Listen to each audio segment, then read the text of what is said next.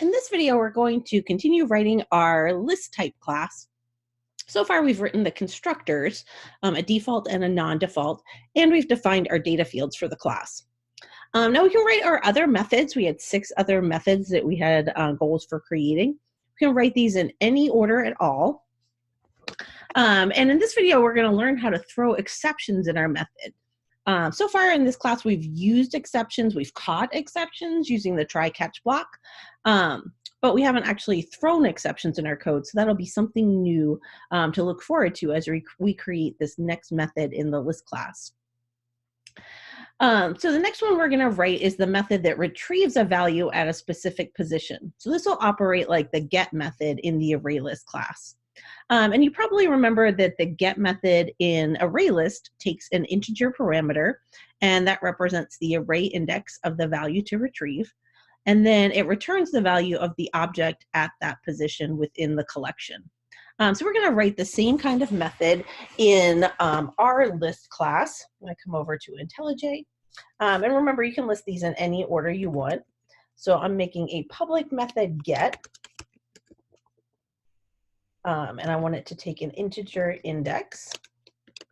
And you can see I set up the return value, so it's an object.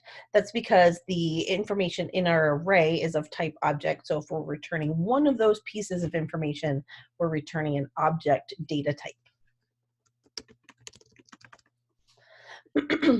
Now let's think about what happens in the array list when you try to access an index that's out of bounds.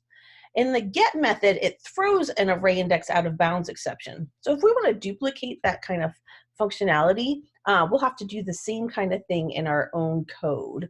So we're going to add in here the fact that this particular method has the potential to throw an index out of bounds exception.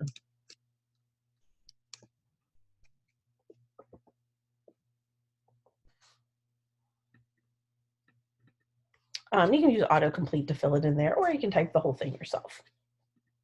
Super. Oh, and they had the array index out of bounds exception. Cool.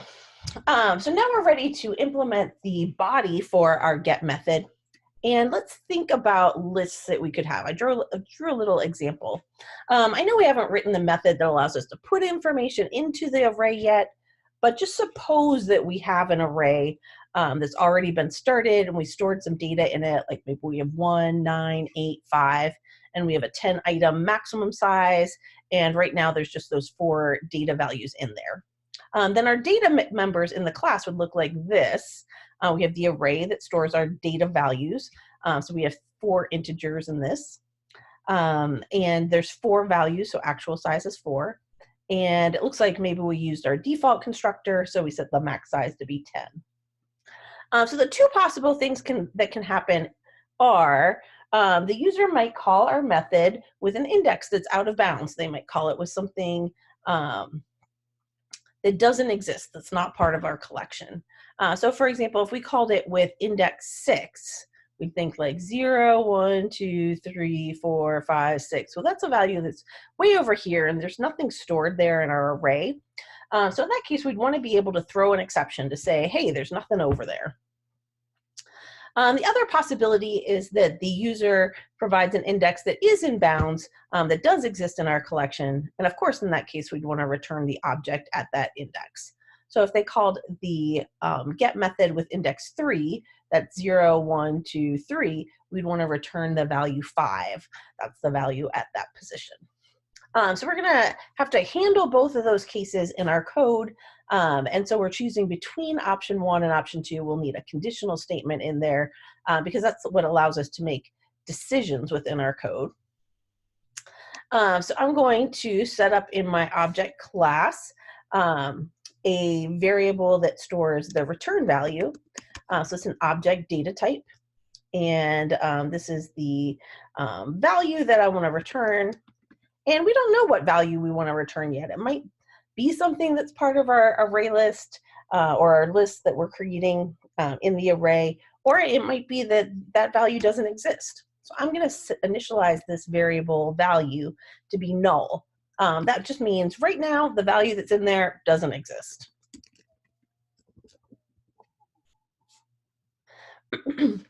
Now I need to test to figure out which of these two scenarios I'm in.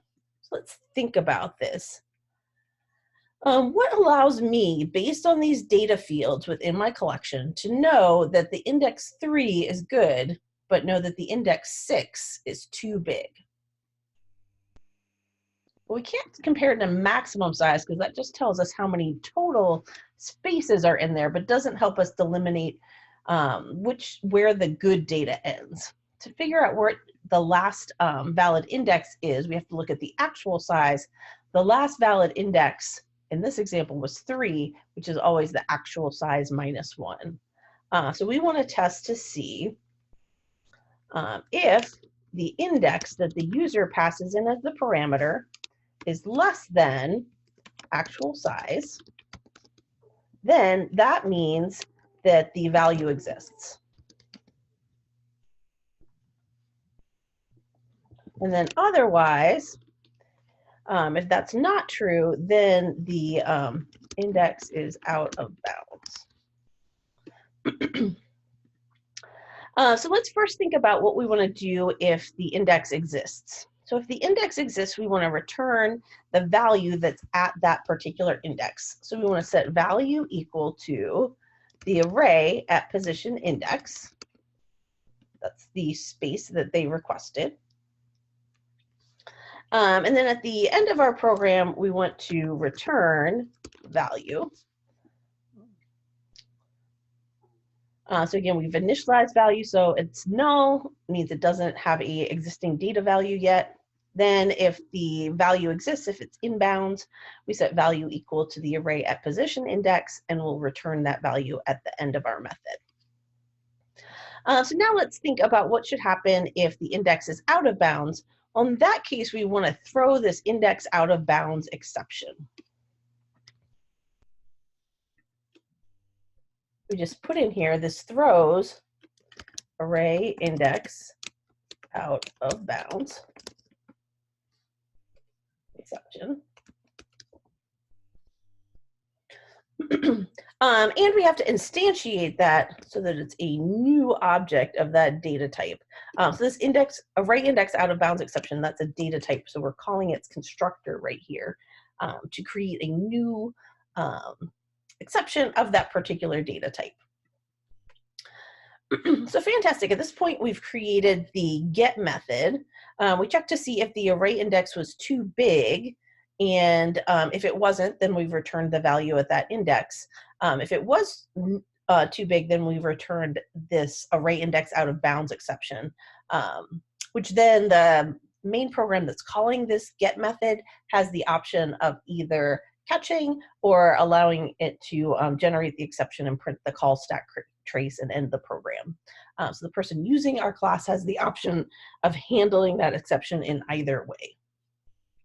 Now, if you're thinking, hey, we should probably also check to make sure the index is not too small, that is an awesome idea. I highly recommend adding that in here. So we'd want to make sure the index, it's the smallest index we could have. If you were thinking 0, that is absolutely correct. So we want to check to make sure that the index is bigger than or equal to 0 and less than the actual size. If it is, both of those two things are true, then we're good. We have an array index inbounds.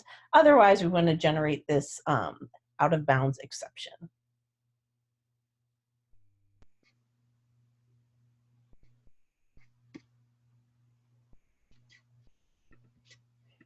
Oh, and I'm looking right here and seeing that my throws is underlined red. I have an extra S in there.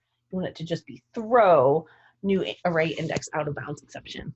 And at this point, I think everything's going to compile. It's compiled just to double check. We're not really at a point where our classes do a lot of stuff yet. And so we can't really write a main program and test it at this point. But just compiling it can give us some level of confidence that at least we don't have some syntax errors in here. And in fact, it does compile successfully. So that's a good sign that we're on the right track so far.